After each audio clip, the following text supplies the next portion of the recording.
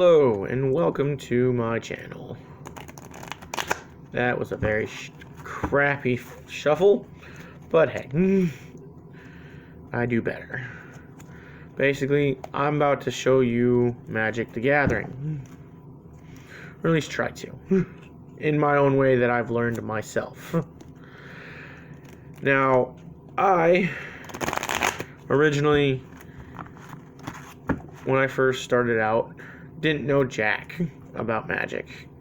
It was because of my great friends that I was able to learn Magic.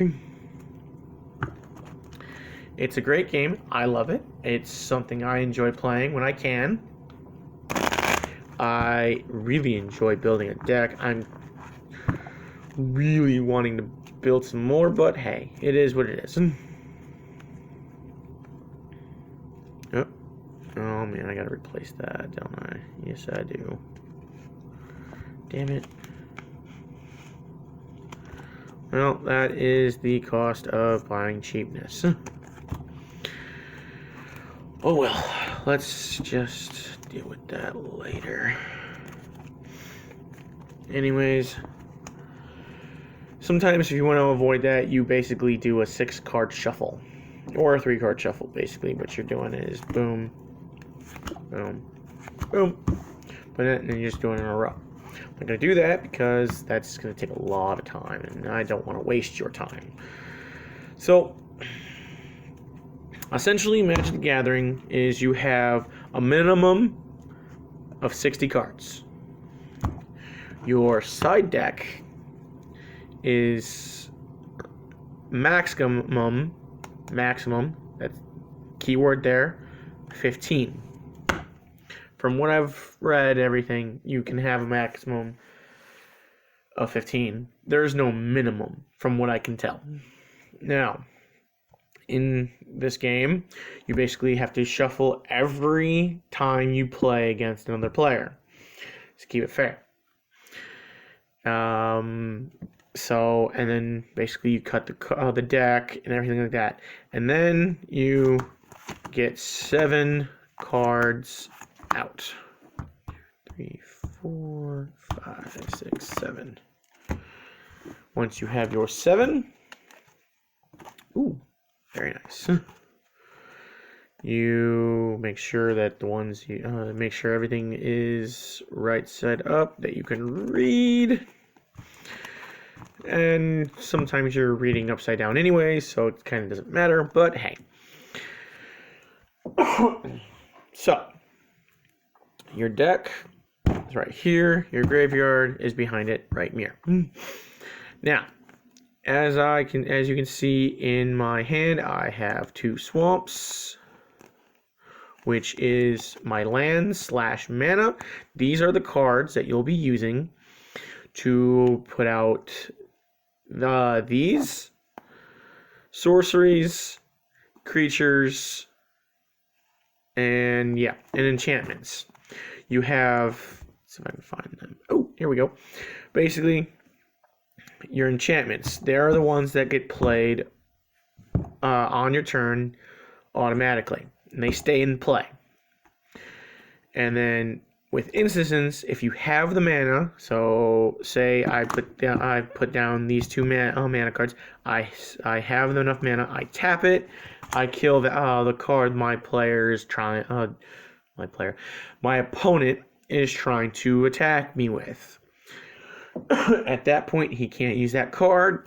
Everything's golden on my set. Then there's these sorceries. These can be played on your turn. And then that goes there. These can be played on your turn for the mana costs. For instance, this one I can't really play now because it requires 4, but let's say I have 4 mana. I play it. I can now go, because of what it says, I now can go into my library and search for a card and put it into my hand. So, this is my hand. I go into my deck, find, let's say, let's see here. What do I want to make a point out of? Let's say I'm looking for, this. this card. I put it in my hand, then I have to shuffle my deck, to be fair. I have to shuffle my deck again, and then either end my turn, or if I have any creatures out, attack with them. If I don't have any creatures out, I'm not going to attack with them. So then my deck is shuffled. This card now goes into the graveyard because it's not a permanent, along with the instances. Basically, the instances go whenever you have the mana for it. The sorceries go on your turn if you have the mana for it, but they both go into the graveyard. They have to. Now, for the purpose of learning, my opponent goes. He does his attack phase, draw phase, things like that. My turn. Now I do my draw phase. I get a card, mana, put it down. Boom. Good to go. Now, I have what is called a Vampire Nighthawk. With Vampire Nighthawk, he has flying, so he flies over the ones that the creatures that don't have reach and cannot touch him, so like rats and things like that. Things that if it doesn't have flying or reach, it won't get him. He has Death Touch, which I like playing a lot. Basically, any damage dealt, that creature dies automatically, as it says there. This will focus. There we go.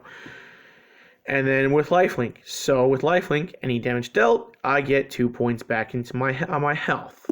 Now, you're wondering, well, what's your health? Well, you have this counter. It's like a D20. If you play D&D, you know about it. It's basically that, and it's a spinner. It's a countdown thing. So you have 20 life. You can actually go further. So say I had 20 life, but then I play this card. All right, this card's in play. I use him to attack. I tap. I'm now gaining life and killing off his creature. So I go from 20 to 22. Now, because I played him, he is now something I can't play again. Then it goes to my opponent's turn.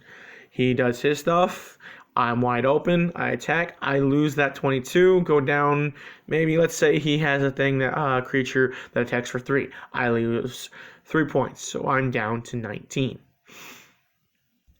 So not a big deal. Now it's my turn. Untap.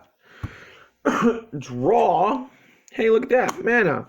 Now with enchantments, there's certain with enchantments like this. Whenever I gain life, they lose life. That's if you have something like this comes into play. This will help you a lot, actually. It's nice. Now, artifacts there's different kinds of artifacts. There's artifact enchantments, artifact creatures, and artifact equipment.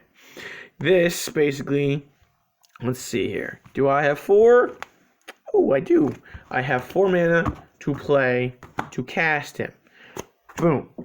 Now, with this card, I have to pay 3 life in order to equip. So I'm going to equip him. I'm 19 down to 16. Now, for every mana I have, so 4 mana, Nighthawk gets a +1, gets +1s. So for everything. So for this 2, it comes into a 2, 3, it turns into a 4. That 3, 4, 5, 6, 7 turns into a 7. He is now very strong. Boom. And it stays underneath him. Like that. And that's how that works.